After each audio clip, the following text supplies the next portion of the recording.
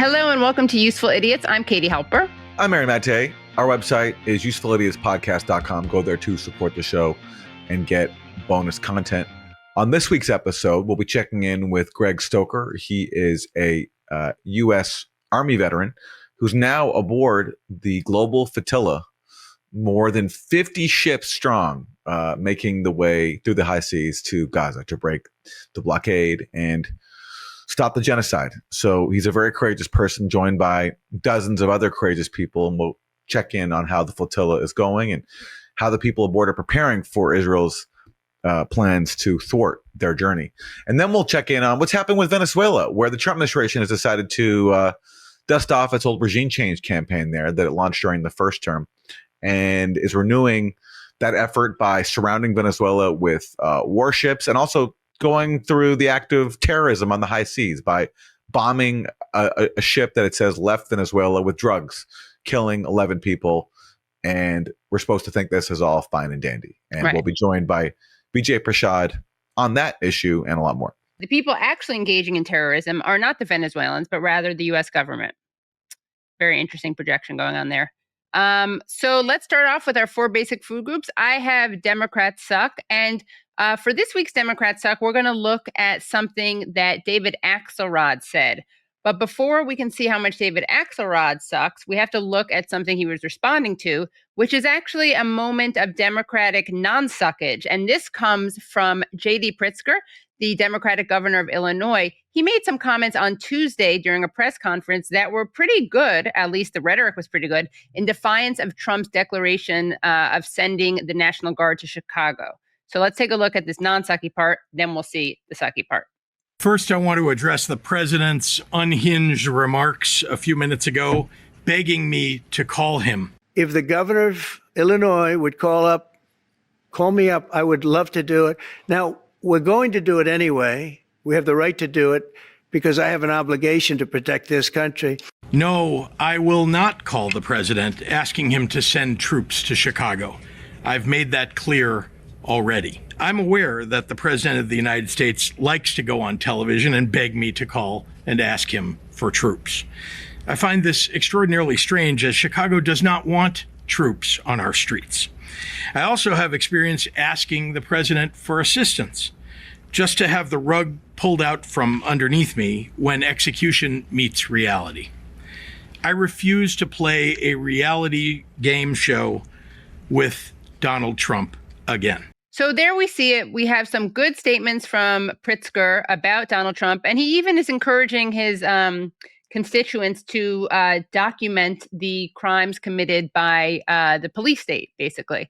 Now, what is the response to this from David Axelrod? And David Axelrod, for those of you who don't know, is a Democratic consultant, political commentator, and the former chief strategist for Obama's presidential campaigns. Here's what he had to say about Pritzker on CNN on Wednesday. Briefly, as you were saying that, it made me wonder, what did you think of J.B. Pritzker, the governor of Illinois' political performance yesterday in taking on Donald Trump? Because you can't help but see contours of 2028 in Gavin Newsom fighting in California and Pritzker fighting in Illinois. Yeah, and, I have a lot of respect for J.B. Pritzker, and but I think I would be careful about playing 28 politics on this issue, because the right answer is we'll take all the help we can get, as long as it's appropriate help, as long as it's stuff that will really help. I mean, these National Guardsmen aren't even trained to do that work. They're not authorized to do that work. So, send us the resources that we need. We want to work with you. If there are people doing violent crimes here who are illegal immigrants, we want them out of our city. We'll work with you on that. I think that's the appropriate position to take. Fair enough. Okay, so kind of pathetic, I would say, response from Axelrod. And of course, Casey Hunt does a great job responding to that, really challenging him by saying fair enough. I think what's significant here is that we see once again Democrats not knowing how to react to Trump. They fearmonger. They try to kind of be authoritarian light. They try to be like aggressive and draconian on immigrants, just not quite as aggressive and draconian. And they also I really wind up echoing talking points that aren't even accurate. So there's a lot of fear mongering about the increase in crime, but a WBEZ analysis determined that Chicago is experiencing its safest summer with the fewest homicides since 1965. And violent crime is generally at its lowest point in 40 years. Likewise, as we've said before, Washington, D.C. is facing its lowest rates of violent crime in 30 years. So there is not a crime wave to respond to, though Axelrod is suggesting that there is. And, there's a really good book by Alex Carrancis called Propaganda. He calls this new crime hysteria like a new form of flat earther climate denialism. It's just not based on facts.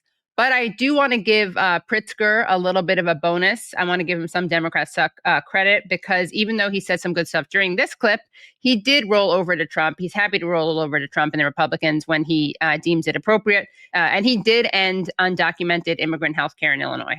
I'm wary of saying that there's no crime problem to respond to because, I don't live in a crime-ridden neighborhood. And I just think there's a stereotype of libs that they just say, oh, everything's fine and there's nothing to address. But all I know is the answer then deploying the National Guard and going along with a Donald Trump stunt, which he's, of course, only doing in Democratic cities. There's plenty of crime-ridden places that are controlled by Republicans. You don't see Trump sending in the National Guard there. So why David Axelrod's default is to say, yeah, you should welcome this and work with Trump and not call out Trump for exploiting your city for a political stunt. Right. That's beyond me. But that's why he's on CNN. Right. I mean, I'm not saying to be clear, I'm not saying there's no crime. I'm not saying it's easy to live in crime-ridden areas. All I'm saying is that the discourse around crime is very much based on the myth that there's a sharp increase or a rise. And that's the part that's just not accurate. Yeah, sure. And certainly anything necessitating a federal guard deployment, including actually Marines as well. I mean, that's what happened in LA with Trump's crackdown there. So why Democrats are being advised to play along with Trump is beyond me. But hey, this is the party that's currently not able to take advantage of all the awful things Trump is doing, at least according to the polls. So hopefully, for their sake, they'll get it together before the midterms. Yeah. Today's trends of fast fashion have complicated clothing production by shipping cheap parts around the world to whoever can sew them the cheapest. And now you're paying the price with rising costs. Back in the 1960s, 95% of clothing Americans bought were made in the USA. Today, it's only 3%. That's why we're excited to share our sponsor, American Giant. American Giant focuses on keeping things simple and close to home. They aren't affected by tariffs because their products never left the US. But it isn't just about prices and helping the world. American Giant's clothes are comfortable too. From their famous hoodie to jackets, dresses, tees, and more, American Giant has a style and feel that you're sure to be happy with for years to come. Support American-made, tariff-free clothing with American Giant. Get 20% off your first order when you use promo code USEFUL at american-giant.com. That's 20% off when you use the code USEFUL at american-giant.com. All right, for Republicans suck, there's so many choices. Let's check out what Trump is doing in Venezuela, which we're going to hear more about today from our guest, Vijay Prashad. But so on top of deploying Marines to surround Venezuela and basically threaten an outright invasion, the Trump administration decided to go ahead and bomb a boat they said was carrying drug dealers with drugs that had left Venezuela. Now, who knows if that's even true, but even if it were, what right does the U.S. have just to go and assassinate people on a boat in international waters just because they're carrying drugs? It's just extraordinary. But anyway, the Trump administration says they have every right to do this. Here's J.D. Vance. On the Venezuela vessel strike, what legal authority were you guys working under, and will there be an after report on the strike? Well, I'm sure there's going to be an after report. I mean, the legal authority, and I want to talk about these kids, is that there are people who are bringing literal terrorists who are bringing deadly drugs into our country, and the President of the United States ran on a promise of stopping this poison from coming into our country. Another question? First of all, it's not even clear that the boat was headed towards the U.S. And, that's a long journey if you're going from Venezuela to go straight to the U.S. So I'm not even sure that they're clear on that. But regardless, look, even if this was a boatload full of drugs, there's something called international law. You're not allowed to just go and assassinate people who are carrying drugs. That's unprecedented. And of course, the U.S. has a long history of looking the other way as its allies traffic drugs. The Contras of the 1980s, which the U.S. supported in Nicaragua to overthrow the Sandinista government, they were flying drugs on CIA planes, or at least flying drugs on planes with the knowledge of the CIA to be charitable. And there's many other even more recent examples. After the U.S. backed the overthrow of the government in Honduras under Obama, that government the government that took its place became heavily implicated in the flow of drugs. So if you want to stop the flow of drugs, you can start with stopping to support drug traffickers, which the U.S. does. This is clearly about the Trump administration's regime change campaign in Venezuela, which they began in Trump's first term. And here's Defense Secretary Pete Hegseth being asked about that. So Nicolas Maduro, as he considers whether or not he wants to continue to be a narco trafficker, has some decisions to make. And that's all I'll say about that. Is regime change our goal there? Well, that's a presidential decision, and we certainly understand the indictment. We understand the $50 million. Anyone would prefer that he would just give himself up, but that's a presidential level decision, and we're prepared with every asset that the American military has. So Pete Hegseth says if Trump wants to have regime change in Venezuela and send in the U.S. military, that's his decision, and we're ready to do it. And the pretext for that is they're just actually dusting off the playbook that the first Bush administration, George H.W. Bush, used in Panama when they launched a regime change invasion of Panama on the pretext that Manuel Noriega was involved in drug trafficking. And they're just now saying the same thing about Nicolas Maduro with a 50 million bounty on his head. So they're just repurposing a very, very old playbook for the same policy of regime change. Yeah, and it's also interesting to watch people who consider themselves like liberal resistance types who somehow on this issue don't really get that they should be resisting Trump. They fall for this PR, this like Cold War PR. Well, there's a very funny clip. It's one of my favorites from Trump's first term when Pod Save America, they were talking about Trump's regime change effort in Venezuela. And Pod Save co-host John Lovett said, yeah, you know what? Like, there's some areas where we don't always disagree with Trump, and this is one of them. Right. One of the things that's very hard in this situation is that this is one of those rare times where Trump isn't getting everything totally wrong. This is a situation where just because Donald Trump has an ideological interest in proving something in Venezuela, and just because he has shown such deference to dictators around the world and has such authoritarian tendencies at home, doesn't mean that there aren't places where we align on trying to remove Maduro. It's just that we might have a slightly different approach. Yeah, I mean, look. So maybe once again, if the U.S. invades Venezuela this time, we'll have PodSafe come on and tell us why that's actually not such a bad thing. Yeah, let's do it. You're invited. Always invited. Open invitation, boys. PodSafe boys.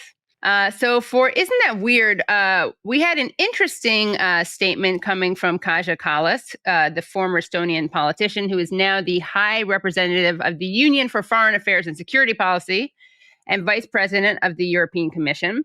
She had something interesting to say on Wednesday during a press conference in Brussels, and she seemed to either rewrite or forget or totally lie about history, and specifically the roles of Russia and China in the fight against Nazism. Let's hear what she had to say.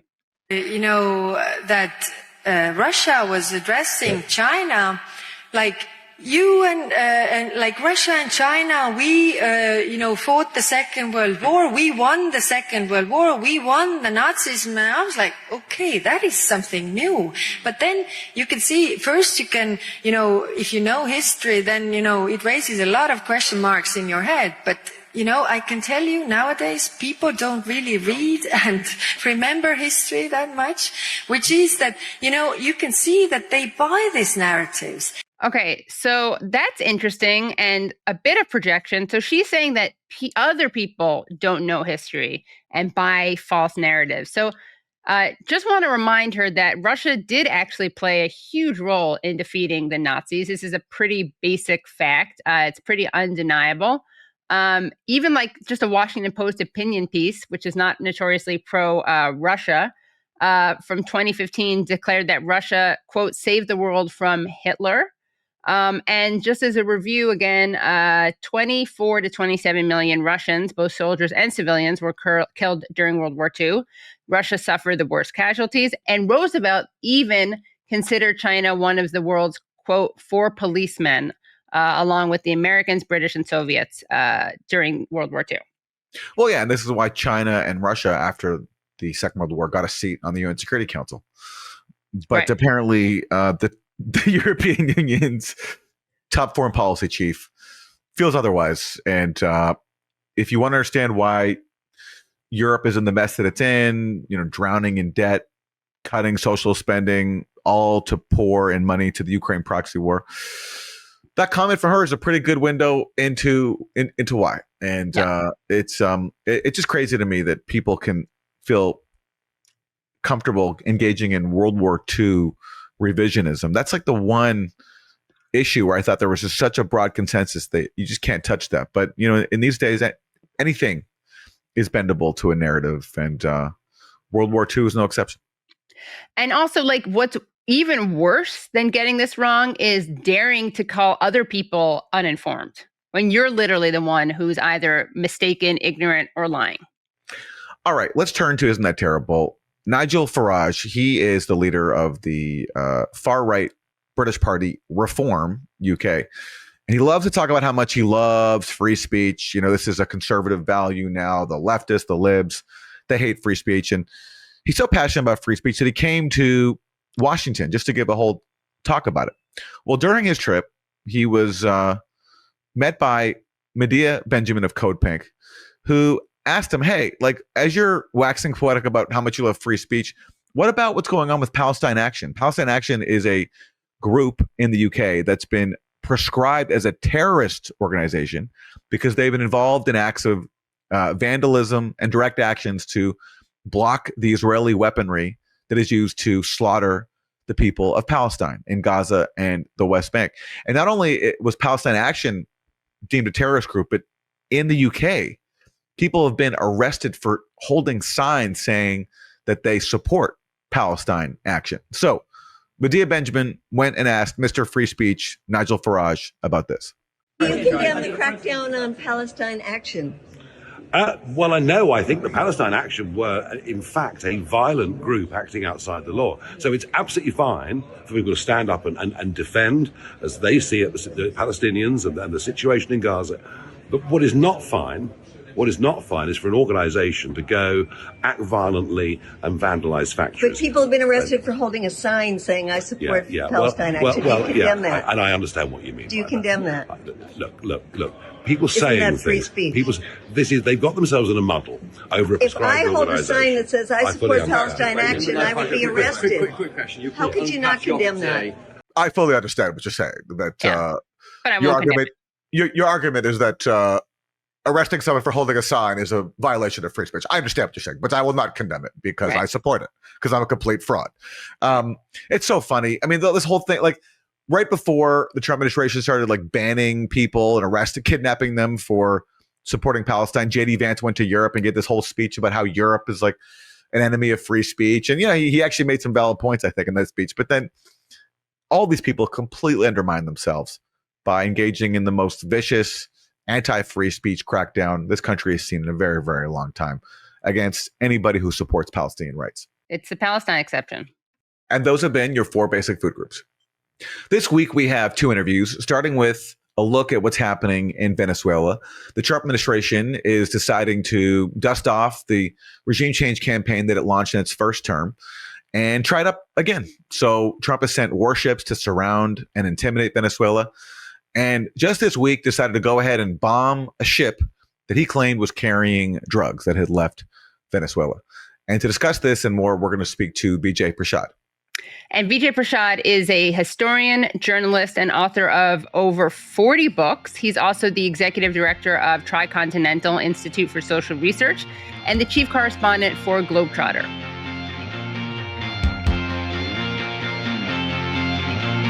Welcome, Vijay Prashad. Thank you so much for joining. It's a pleasure. Nice to be with you. Wanted to ask you about this very prescient article that you wrote at Globetrotter.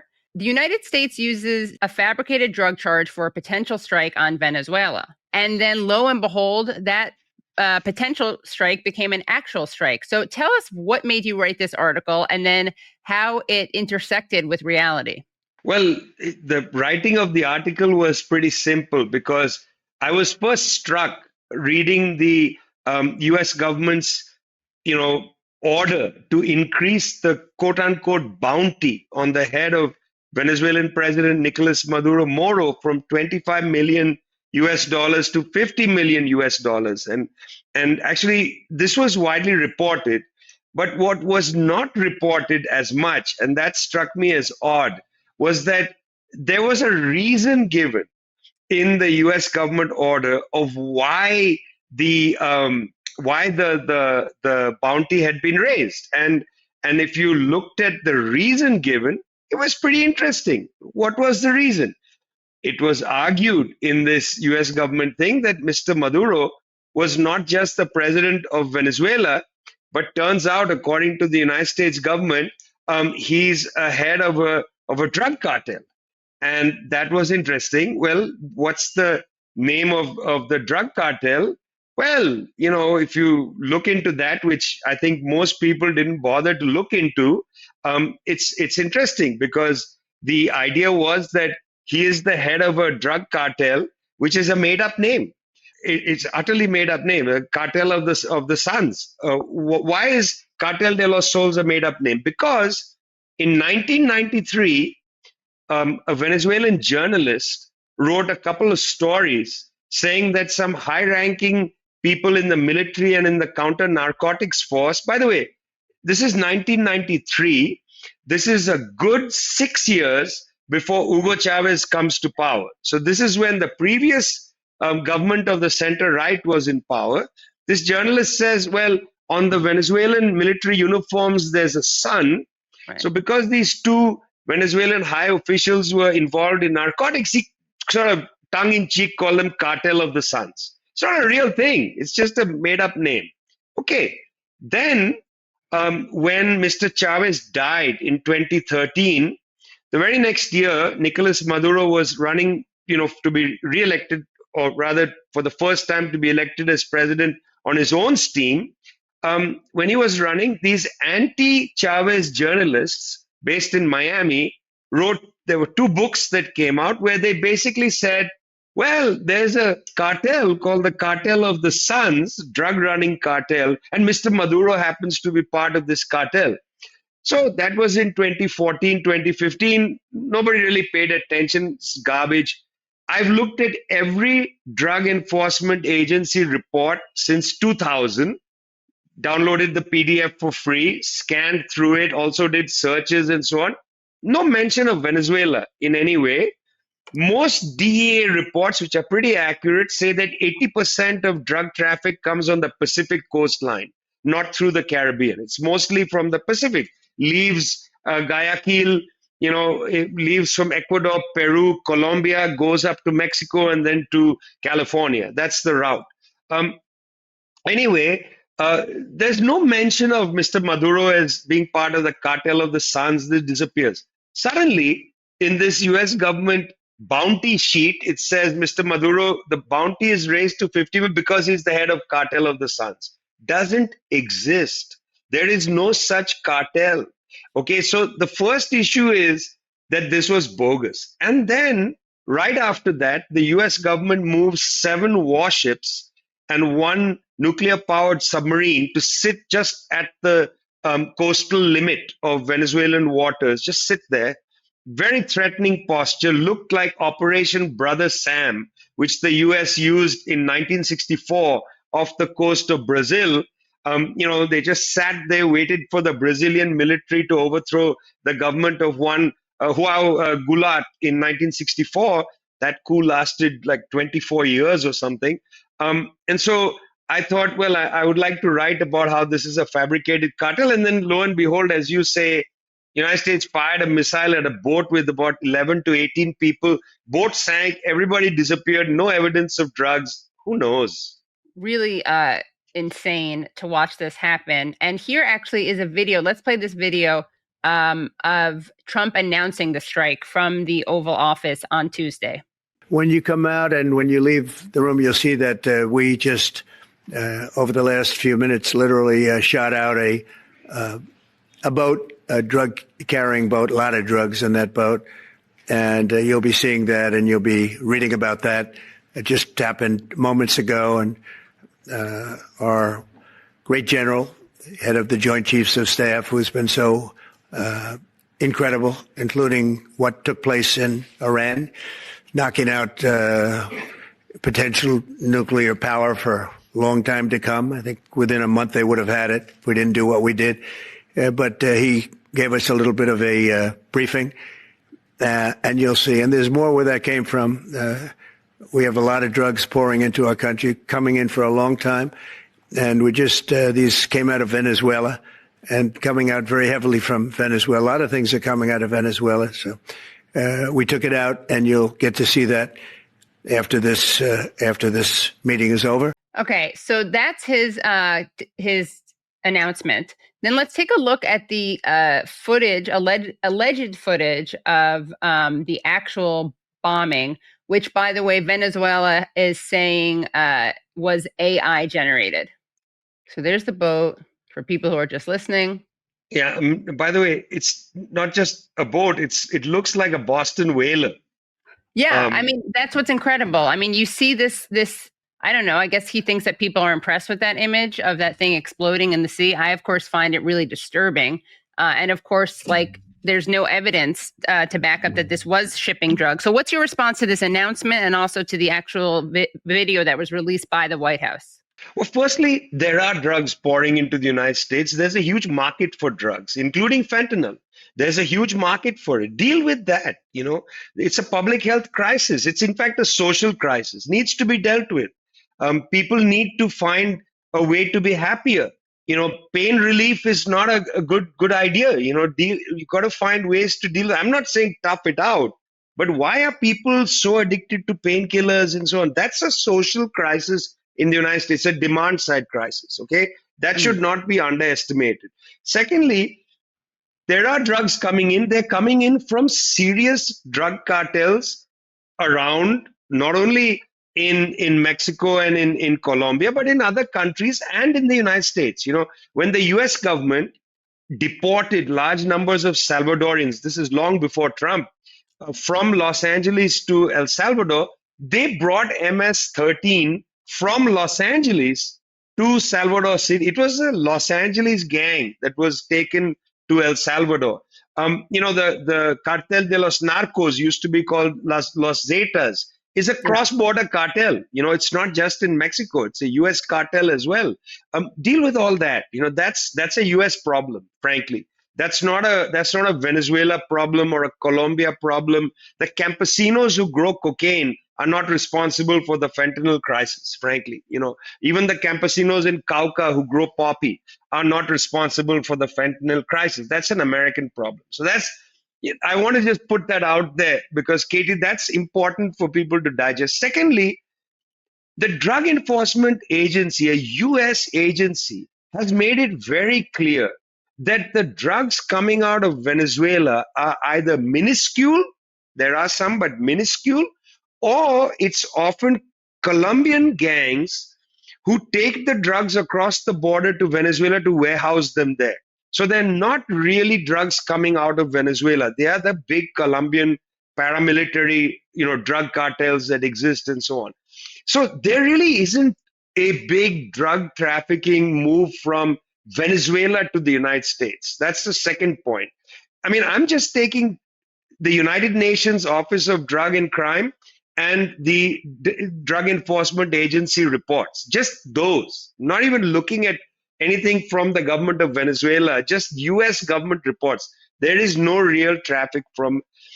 Thirdly, if Mr. Trump believes that a boat that's a sort of oversized Boston whaler is carrying a huge amount of drugs, he's never been on a boat.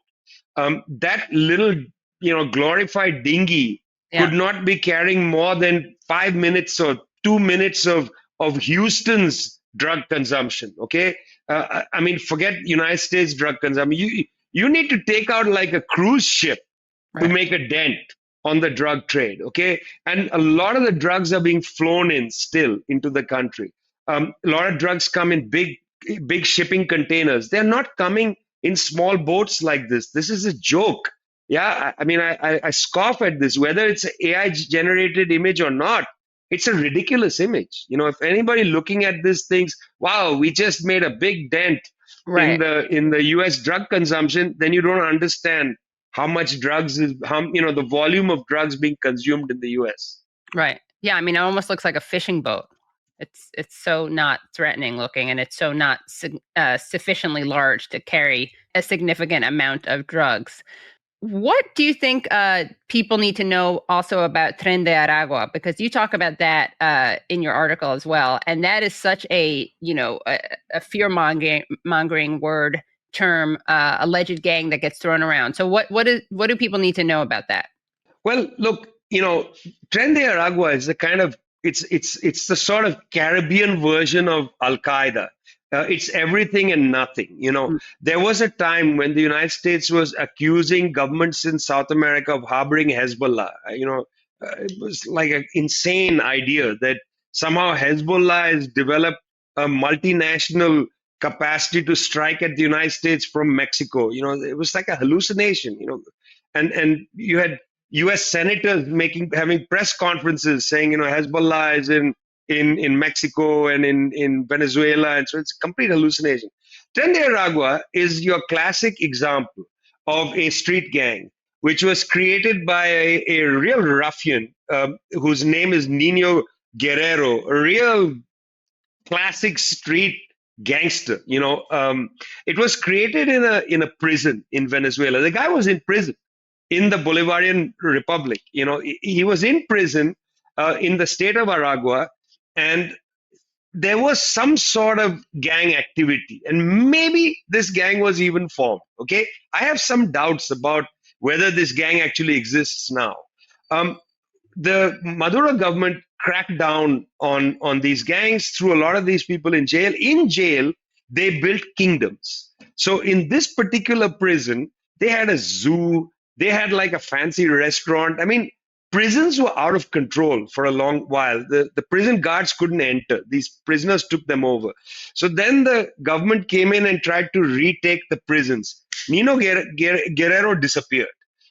He has vanished. In fact, I live in Santiago in Chile, and there's an extradition for him, because there was some thought that he had come to Chile with the 500,000 Venezuelans who are here, that he's hiding somewhere in Chile. He is the Bin Laden, but in fact, not really, because Bin Laden actually did things. He actually organized 9/11. Sorry, you guys who don't believe that's true, but even Arabs can do things. They can fly planes into buildings and so on. Don't take agency away from the Arabs for doing terrorism. Bin Laden is capable of things. He's not a dupe, So anyway, so at least, Bin Laden this guy is a gangster, and that too a kind of, I use the word petty, Katie, but I don't mean petty in terms of a small time gangster, but he's a thug with small horizons. This is not the kind of guy like Pablo Escobar who knows how to organize a massive global enterprise for drug running. He doesn't come with any of that background. He's never demonstrated this potential. When you talk to people who have read files on him, they will all tell you that, look, this guy is a thug. He built an organization inside a prison. He's got a mean streak, but I don't think these people know how to organize a big transnational business. Yeah. I doubt that it's a flourishing enterprise. Anyway, when the gates opened in Venezuela, a lot of these gangsters left. They went through, Central America. A number of them showed up in the US. It's true that, Caracas is an extremely safe city now, because where are the gangsters? They are in South America or they're in North America. They're not in Venezuela. There's some truth to that. We shouldn't completely set that aside. But it's not a big gang like the Jalisco cartel or the Cartel de los Nortes, the former Los Zetas. These are real cartels.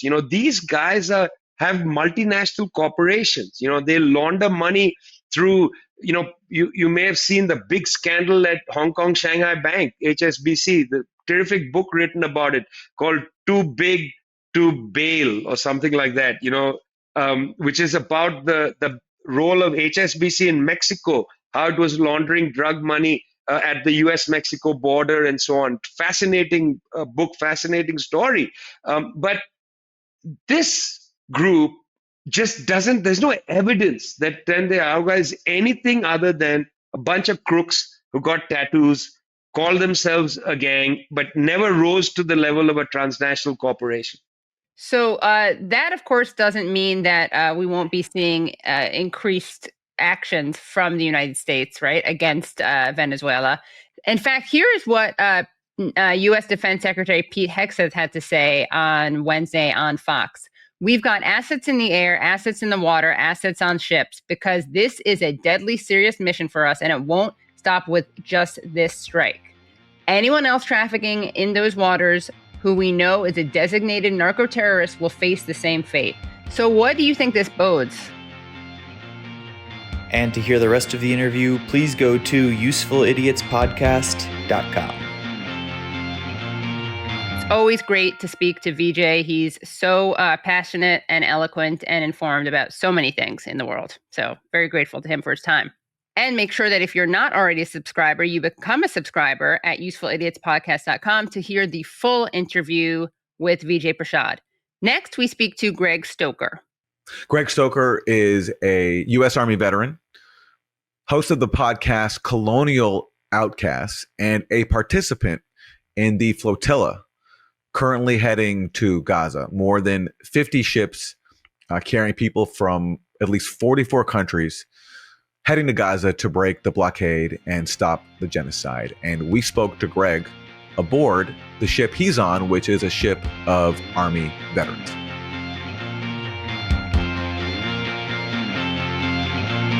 Welcome to Useful Idiots, Greg Stoker. You are joining us from the high seas. Tell us what you're doing and why you're doing it. So I am the lead and media lead for the veterans boat, the U.S. veterans boat attached to the global Samud Flotilla, trying to break the blockade and the siege and establish a humanitarian corridor from the shores of the Gaza Strip to the wider Mediterranean basin. And that's kind of what we've been cobbling together for the past 2 months. This has been kind of a last-minute operation. The sailing conditions in the Mediterranean after September are inimical to ships under sail. If you're watching the video version of this, you may be able to see some ships in the background. Most of this is sail and motor power. We do have some larger yachts that are carrying the bulk of the humanitarian aid. But it was either go now or don't go. And felt like, seeing that they're enacting the final solution in Gaza, can't really afford to postpone until the weather dies down. So we launched a couple days ago from Barcelona. We had a 24-hour weather stand down. Then we decided we had to launch. And the first night was incredibly rough seas, and the entire formation was dispersed. Also mechanical issues. We had those. And so we had to establish a rally point, which we just left. So we are currently, as of 5 minutes ago from the time of this recording, on way to Tunis to link up with the second formation of this flotilla. So can you explain to us how many boats there are and who is on the different boats, including the boat that you're on? Okay, so basically we've got 22, maybe 24 boats. We'll see if we can fix mechanical issues within the first contingent coming out of Barcelona. Again, we have a veterans boat. There's a women's boat, which Greta Thunberg's on. There's a media boat filled with journalists from Breakthrough News, Al Jazeera, a lot of other independent outlets. And then just other boats that are representing delegations from 44 different countries. So this is the largest naval operation this flotilla has ever attempted before. And, we've had a bunch of Hezbollah talking a bunch of smack about how, we've had to stop a couple times. And I'm like, you know what? We're doing the work that our governments should be doing. We had 2 months to put this into place, and we don't have military infrastructure or a tax base to buy the right equipment. So we're basically just improvising the whole thing. And again, this is going to be the last chance to do it. So we're just kind of sending it. And what is a typical day like aboard these ships? what happens throughout the course of a day? We're kind of like mobilizing the veterans boat as like a PR stunt or a PR piece because of like the status through the militarization of society we have like culturally and socially to kind of like leverage that for added like safety and security for the fleet. Or the flotilla, should I say. It's a humanitarian mission.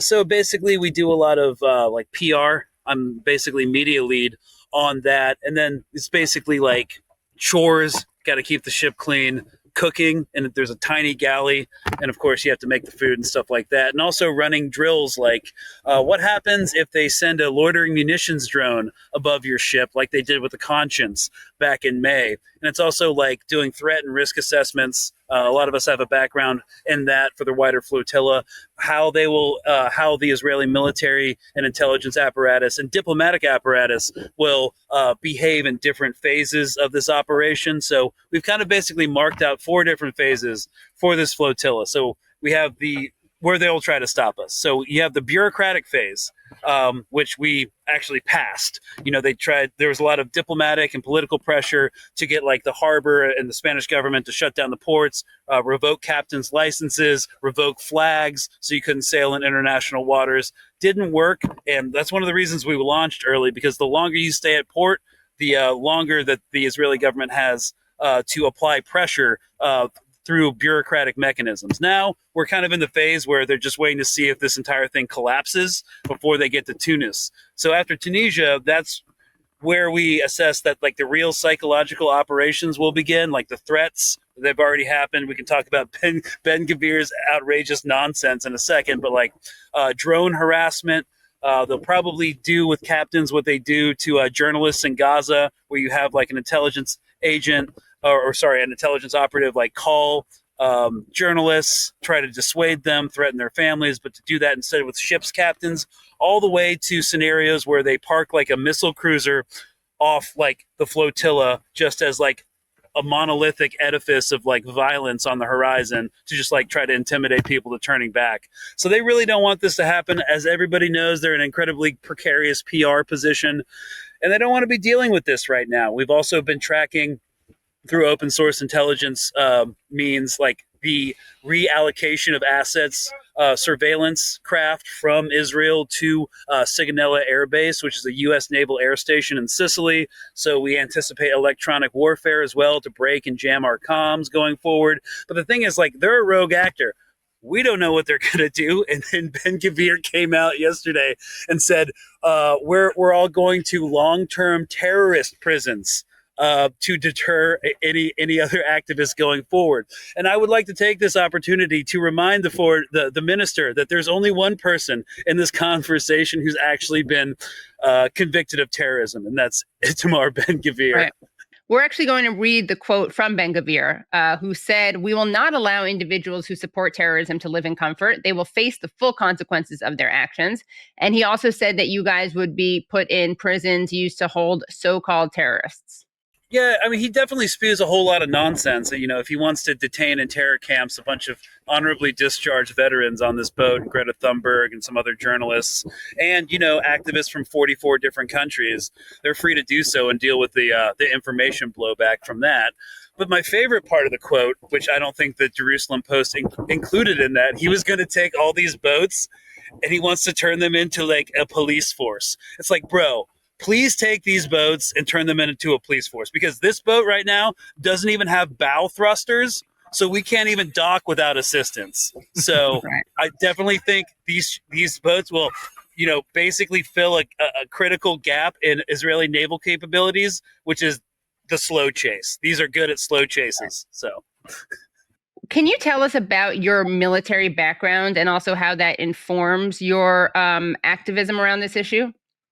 Yeah, so I did 4 combat deployments in the 75th Ranger Regiment, which is the U.S. Special Operations Unit, to Afghanistan. I kind of have a background towards the end of my time in the service in human intelligence collection. I was there in tactical operations centers watching Obama's drone strike campaign play out during the 2009 to 2014 Afghan surge.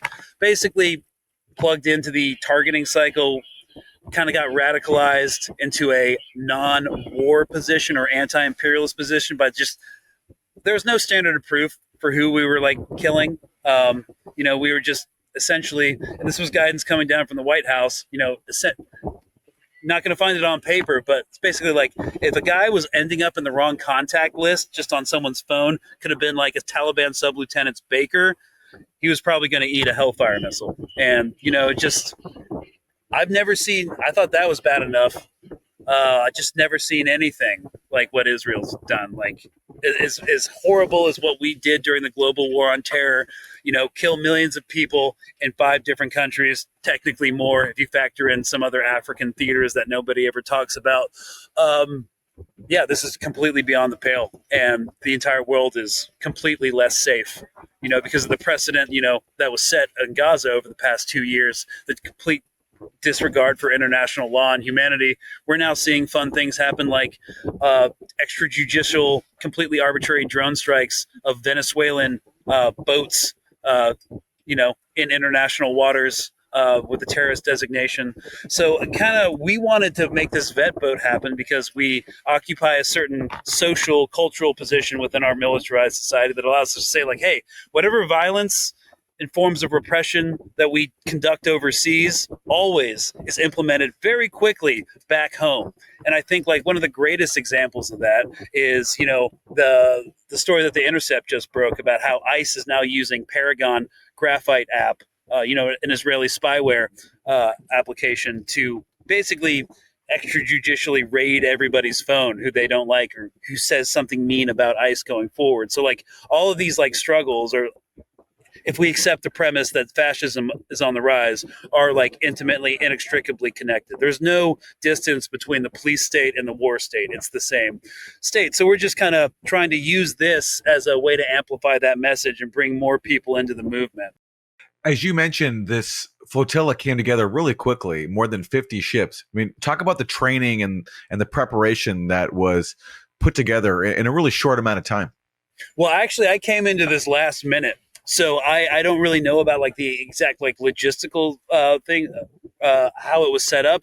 I was approached to do a veterans boat about like 10 days before we left. So I had to do like a fundraising. I had to find the vets. I had to like consult legal and create like support groups because there will be parallel actions in the United States with, through other veterans organizations that happen when we are interdicted, like in different locations across the country as well. So this is not just a flotilla thing. This is transnational. There's going to be transnational actions when, the grip comes in all these 44 different countries. So I came in last minute, and basically the training was learning the history of like the 39 odd attempts that were attempted before. The violent, like some were successful, some were meant with violence and massacres. The Mavi Marmara, in 2010. Also, there's ancillary events apart from the flotilla where Israel has slaughtered international aid workers, like most recently the World Central Kitchen, which is someone who grew up, doing targeted strikes. That was absolutely intentional. There's no way it wasn't. So we're definitely have security concerns that might be something that will happen going forward. But yeah, the training was basically just getting people, on board and like clear-eyed about like what they're getting into. Yeah. And have you guys faced any sabotage yet this round? Not that we've seen. The Hamdullah last time they found acid in their water tanks. And I think they sent like an underwater diver into the port to like sabotage their propeller. Yeah, just like pretty crazy stuff. But as of right now, not yet. We'll see what happens with the other elements of this flotilla coming out of Tunis and Genoa. But I'm sure there'll be something. President, his first name's Isaac Herzog, right? The president of Israel? Yeah, so he's ostensibly flying to Rome to consult with the Pope, but we really think it's about trying to apply bureaucratic pressure to stop the third element of this flotilla going forward. Or at least that's one of his secondary or ancillary objectives with his trip to Italy. And what about the drone that you guys captured footage of? Let's take a look at that, and then you can tell us what that signifies. Yeah.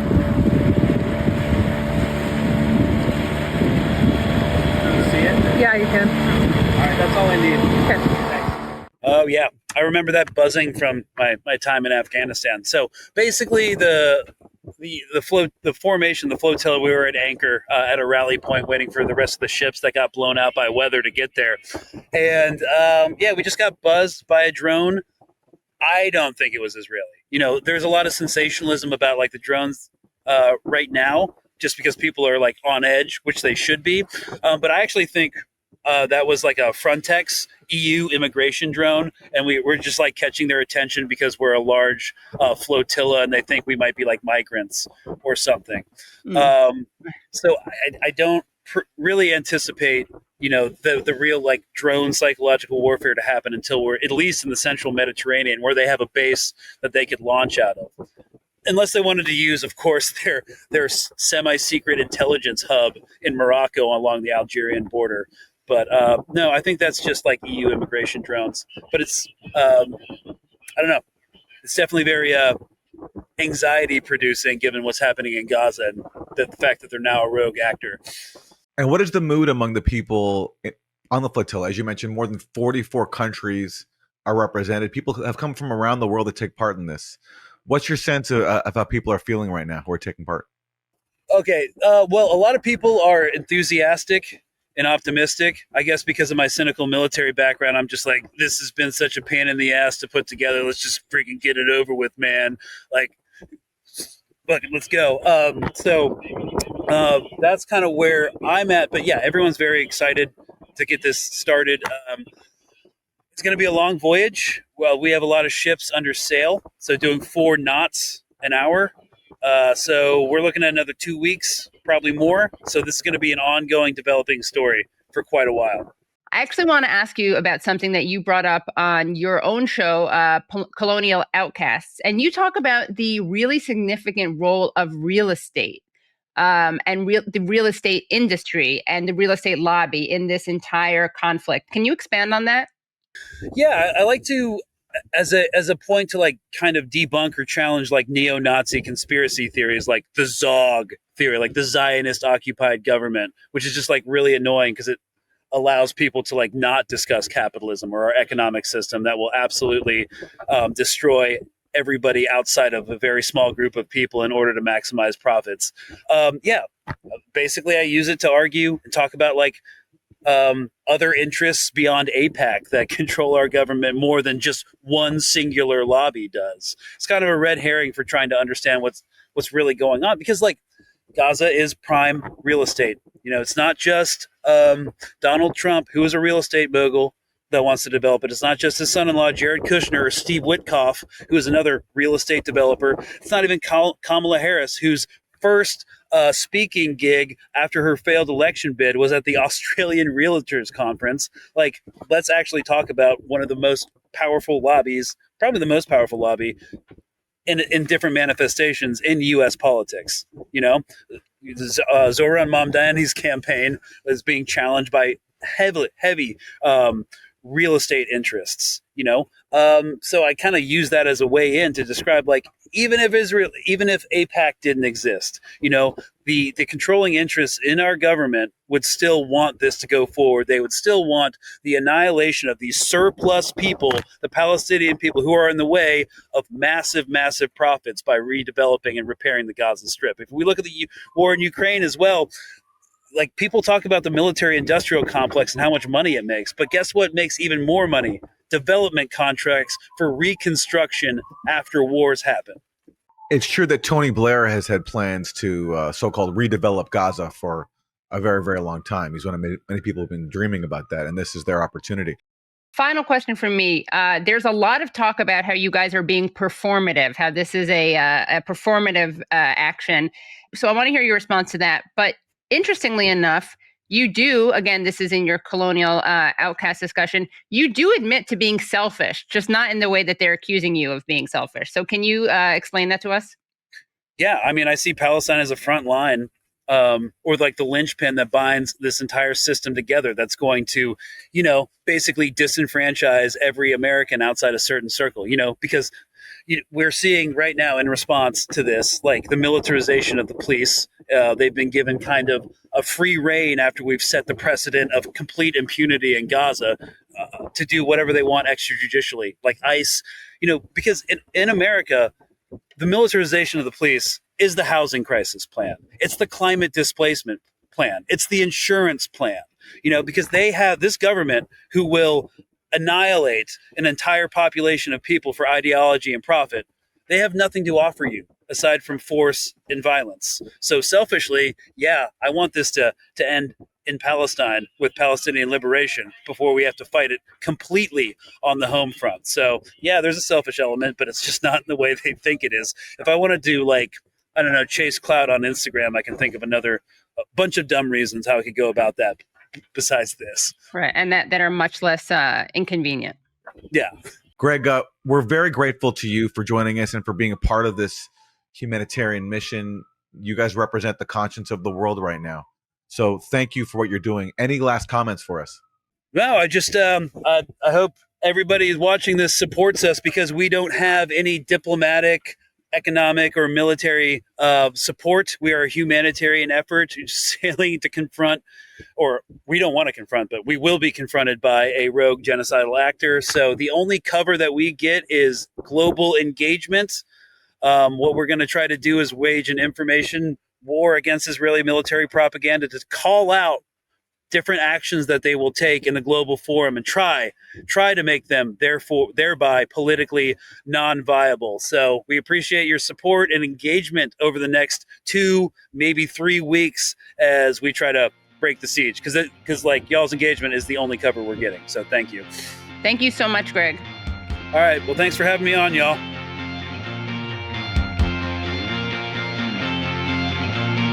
That was really great. And I think Greg is such an important voice, because I think that anti-war veterans really have important insights, and they really can reach people who perhaps you and I, Aaron, can't reach, as persuasive and compelling as we are. Well, much respect to Greg and everybody else aboard that flotilla. Really the conscience of the world right now. That's our show. Our website, again, is usefulidiots.podcast.com. Go there to support us and get bonus content. Thanks for tuning in. We'll see you next time. Bye, everyone. Thanks so much for listening to and watching Useful Idiots. For extended episodes, bonus content, and our weekly Thursday Throwdown episode, please subscribe at usefulidiots.podcast.com. Support the show for free by subscribing on YouTube, Rumble, and wherever you get your podcasts. And if you like the podcast, don't forget to rate and review. You can also follow us on Twitter at UsefulIdiotPod. Thanks for supporting independent media. We'll see you next time.